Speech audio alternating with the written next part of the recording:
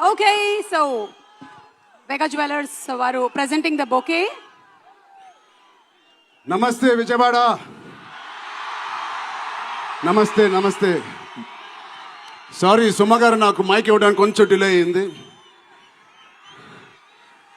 విజయవాడలో ఇది pre release function లా లేదు, సక్సెస్ మీట్ చేస్తున్నట్టు ఉంది. Thank you.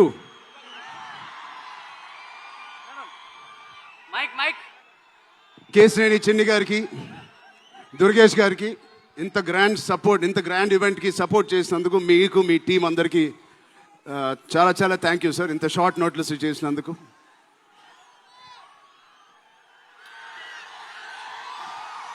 విజయవాడ అసలు మీ అందరి మధ్యలో ఇక్కడికి వచ్చి చేసుకున్నందుకు మీ అందరికీ థ్యాంక్ యూ సో మచ్.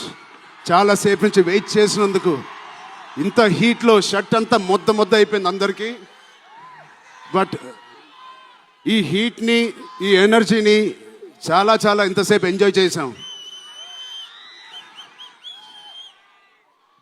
విజయవాడలో చేయాలనుకున్నాం.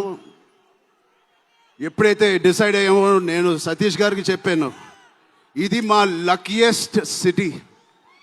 నాన్నగారికి కానీ మాకు ఖైదీ నెంబర్ 150 కూడా ఇక్కడే చేసాం, ఇంద్ర కూడా ఇక్కడ చేసాం.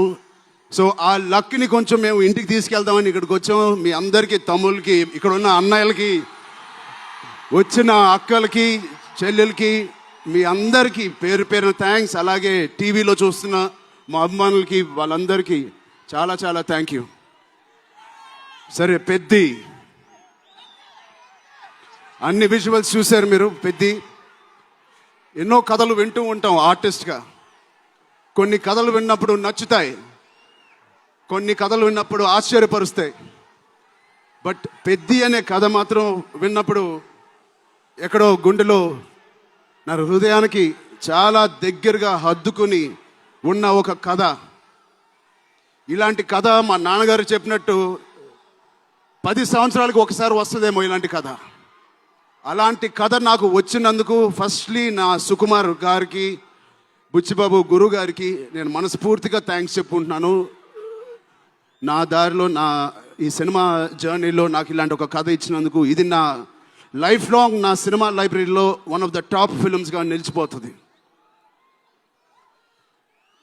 పెద్ది చాలా చేసింది, నన్ను వ్యక్తిగతంగా ఒక మంచి దారిలోకి మార్చింది. ఒక యాక్టర్గా నాకు చాలా సాటిస్ఫాక్షన్ ఇచ్చింది. Love you. అలాగే ఇది నాకు బుచ్చి గారు చెప్పినప్పుడు ఇది ఒక సినిమా స్టోరీ లాగా చెప్పలేదు, ఒక వ్యక్తి జర్నీ లాగా, ఒక ప్రయాణం లాగా ఒక కథ మొత్తం నరేట్ చేశారు నాకు. ఇది మామూలు సబ్జెక్ట్ కాదు, ఇది ఎగిసిపడే ఒక మనిషి కథ కాదు. కిందకి పడిన మనిషి లేచి ఎలా నించుంటాడో అలాంటి కథ ఇది. అందరూ కష్టం గురించి మాట్లాడుతున్నారు. అరే, ఇలాంటి కథ కోసం కాకపోతే ఎప్పుడు కష్టపడతామండి? కష్టంతో చేసిన పని కాదు, చాలా ఇష్టంగా, ప్రేమతో చేసిన పని. ప్రతిరోజు లెగిసి పొద్దునే షూటింగ్ ఎప్పుడు వెళ్ళాలా, జిమ్ చేసి షూటింగ్ ఎప్పుడు వెళ్ళాలా అని అనిపించిన one of the rarest films నాకు. బహుశా ఒక మగధీర కనిపించింది, రంగస్థలానికి కనిపించింది, RRR కనిపించింది, మళ్ళీ నాకు పెద్దిగా అనిపించింది. అలాంటి భావం, అలాంటి ఒక ఎక్స్పీరియన్స్ ఇచ్చిన మా బుచ్చిబాబుకి స్పెషల్గా థ్యాంక్స్ చెప్పాలి.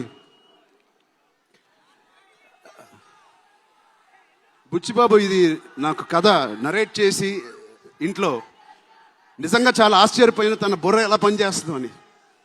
ఇంత అద్భుతంగా రాసి పెట్టుకోండి. ఇండియాలో నంబర్ 4 or 3 టాప్ డైరెక్టర్స్లో బుచ్చిబాబు పేరు ఉంటుంది ఫ్యూచర్లో.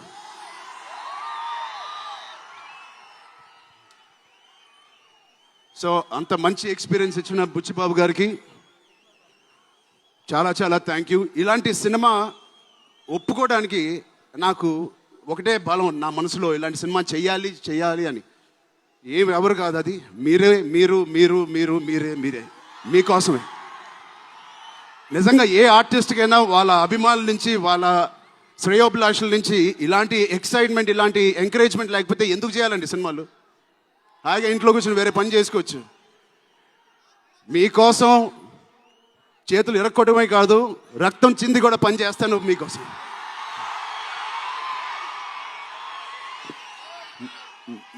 మిమ్మల్ని ఎంటర్టైన్ చేయడం ఒక పిచ్చా, లేకపోతే సినిమాలో మంచి సినిమా చేసి మీకు ఏదైనా ఇవ్వాలని ఒక పిచ్చా నాకు తెలియదు. నాన్నగారు కొడుకు పుట్టినందుకు, కళ్యాణ్ బాబాయ్ గారు ఉన్నందుకు ఇంట్లో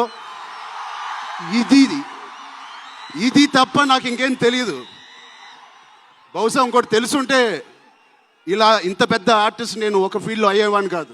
నాకు తెలిసిందల్లా సినిమా సినిమా సినిమా. సో నేను చనిపోయే వరకు మిమ్మల్ని ఎంటర్టైన్ చేస్తూనే ఉంటాను, అది రాసి పెట్టుకోండి.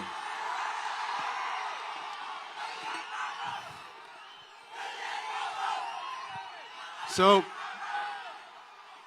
మా టెక్నీషియన్స్ గురించి మాట్లాడాలంటే ఫస్ట్ మా రత్నవేల్ గారి గురించి. ఇది 4వ సినిమా రత్నవేల్ గారితో.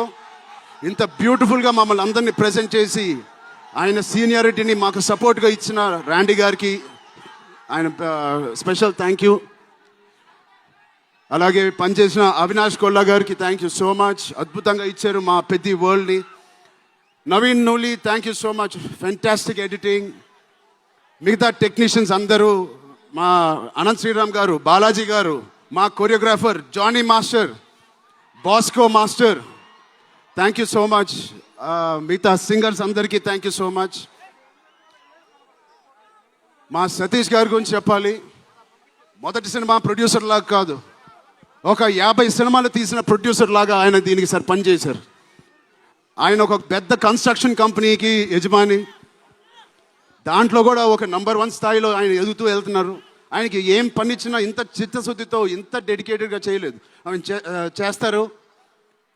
మామూలుగా నేను పనిచేసిన 1-2 ప్రొడ్యూసర్లు టీ తాగి భోజనానికి వచ్చి వెళ్ళిపోతారు. అలాంటి టీ తాగి వెళ్ళే ప్రొడ్యూసర్ కాదు. ఎవ్రీ డే 3 పూటలు అంటే 8 అవర్స్ మాతోనే గడిపినాడు. నాకు ఒక్కరోజు గుర్తులేదు ఆయన సెట్లో లేకుండా. అంత బాగా ఆయన ఇలా మాకు సపోర్ట్ చేసినందుకు, వెన్నుపోటు కాదు సారీ, వెన్నంట మాకు ఉన్నందుకు సతీష్ గారు థ్యాంక్ యూ సో మచ్. అలాగే మా కో ప్రొడ్యూసర్స్ అండ్ ప్రెజెంటర్స్ మైత్రి రవి గారికి, నవీన్ గారికి కూడా థ్యాంక్ యూ. బిఫోర్ యూ వాళ్ళకి కూడా thank you. India wide release చేస్తున్న మా జియో సినిమాకి కూడా చాలా థ్యాంక్ యూ. టీ సిరీస్ మ్యూజిక్కి చాలా థ్యాంక్ యూ. ఇంకా ఎవరెవరు అసోసియేట్ అయ్యారో వాళ్ళందరికీ చాలా చాలా thank you. Rahman sir, you are the biggest pillar of Peddi. మేమందరం ఎంత కష్టపడ్డామో 2.5 సంవత్సరాలు, 280 రోజులు, దాన్నన్నిటినీ మీరు దగ్గర తీసుకొచ్చి దానికి ఒక ప్రాణం పోస్తున్నారు. రోజు 6 గంటల మార్నింగ్ వరకు పనిచేసి పడుకుంటున్నారు ఆయన డెడికేషన్కి, ఆయన సినిమాలో పనిచేస్తున్నందుకు చాలా చాలా చాలా థ్యాంక్ యూ. ఏంటి విజయవాడ?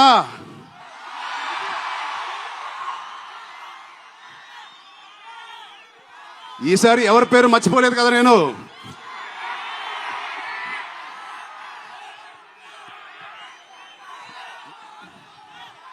ఆ చంద్రుల్లో ఒక ముక్క జారిందే నా పక్క. మా జాన్వి గారికి ఇక్కడ